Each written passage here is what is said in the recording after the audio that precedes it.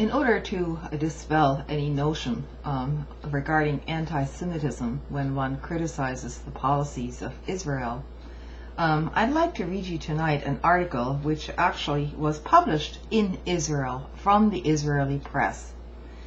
And, it seems to me that the 60% of the population or more in Israel is just as much duped as 60% of the population here in America, because they are essentially ruled by the same elites. And so what they hear is essentially what we hear as well. But let me just do some quotations here from this article. And as I say, this comes from the Israeli press.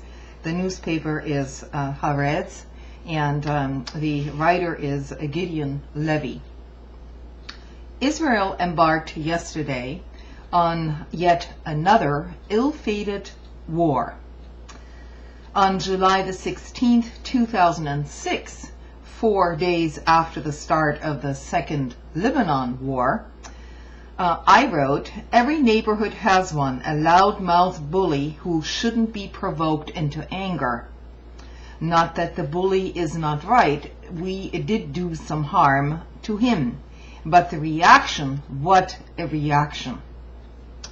2.5 years later, these words repeat themselves to our horror with chilling precision. With the span of a few hours on Saturday afternoon, the IDF, the Israeli Defense Forces, sowed death and destruction on a scale that the Qassam rockets never approached in all their years. And Operation Cast Lead, this is the current operation, is only in its infancy. Once again, Israel's violent responses, even if there is some justification for them, exceed all proportion and cross every red line of humaneness, morality, international law, and wisdom. What began yesterday in Gaza is a war crime and the foolishness of our country. History's bitter irony.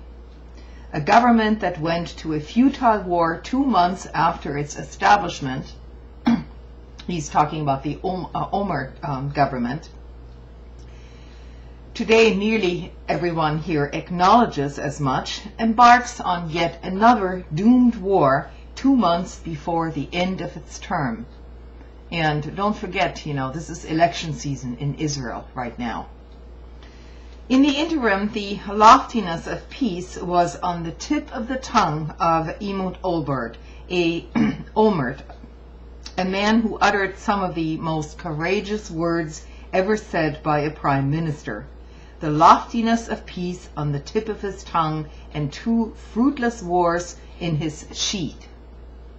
Joining him is Defense Minister Ehud Barak, the leader of the so-called left-wing party, who plays the role of senior accomplice to this crime. Sounds a little bit like here, doesn't it?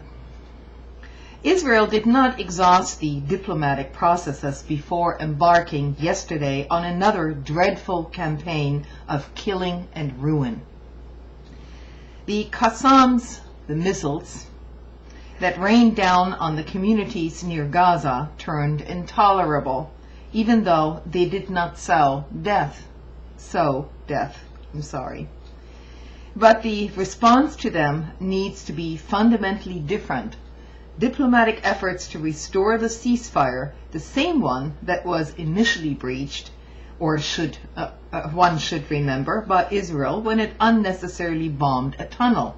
And then, if all those efforts fail, a measured, gradual military response. But no, it's all or nothing. The IDF launched a war yesterday whose end, as usual, and I will trail off with this article for now.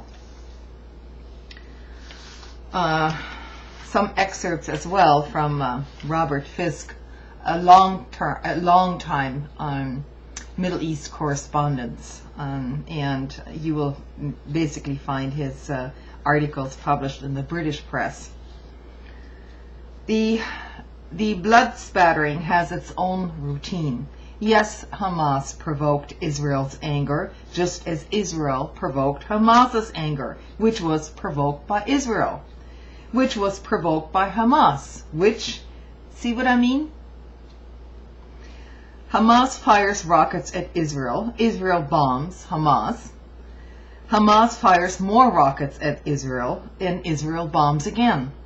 Got it? And we demand security for Israel, and rightly, but overlook this massive and utterly disproportionate slaughter by Israel. It was Madeleine Albright who once said that Israel was under siege, as if Palestinian tanks were on the streets of Tel Aviv. And Fisk goes on to say, quite a lot of the dead this weekend appear to have been Hamas members. But what is this supposed to solve? Is Hamas now going to say, wow, this blitz is awesome, we better recognize the state of Israel and fall in line with the Palestinian Authority and lay down our weapons and pray we are taken prisoner, locked up indefinitely, and support a new American peace process in the Middle East? Is that what the Israelis and the Americans and Gordon Brown think Hamas is going to do? Yes, let's remember Hamas's cynicism, the cynicism of all armed groups. Their need for Muslim martyrs is as crucial to them as Israel's need to create them.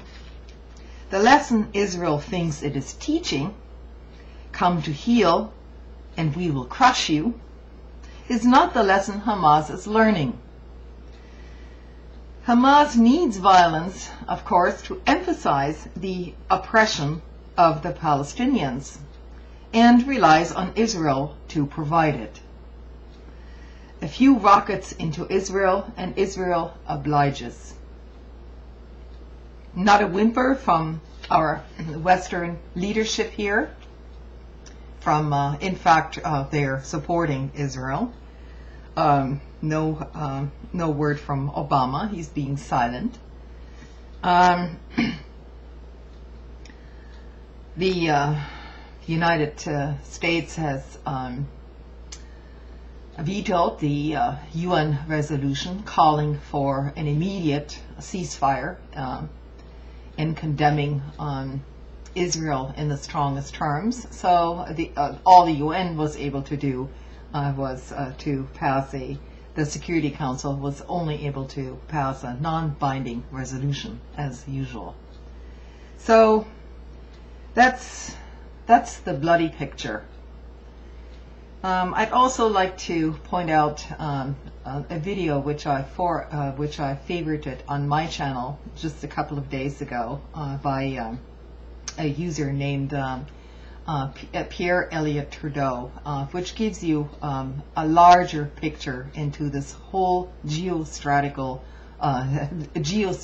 game in the Middle East. It's well worth listening to. It's about 16 minutes long. I would recommend it. See you later.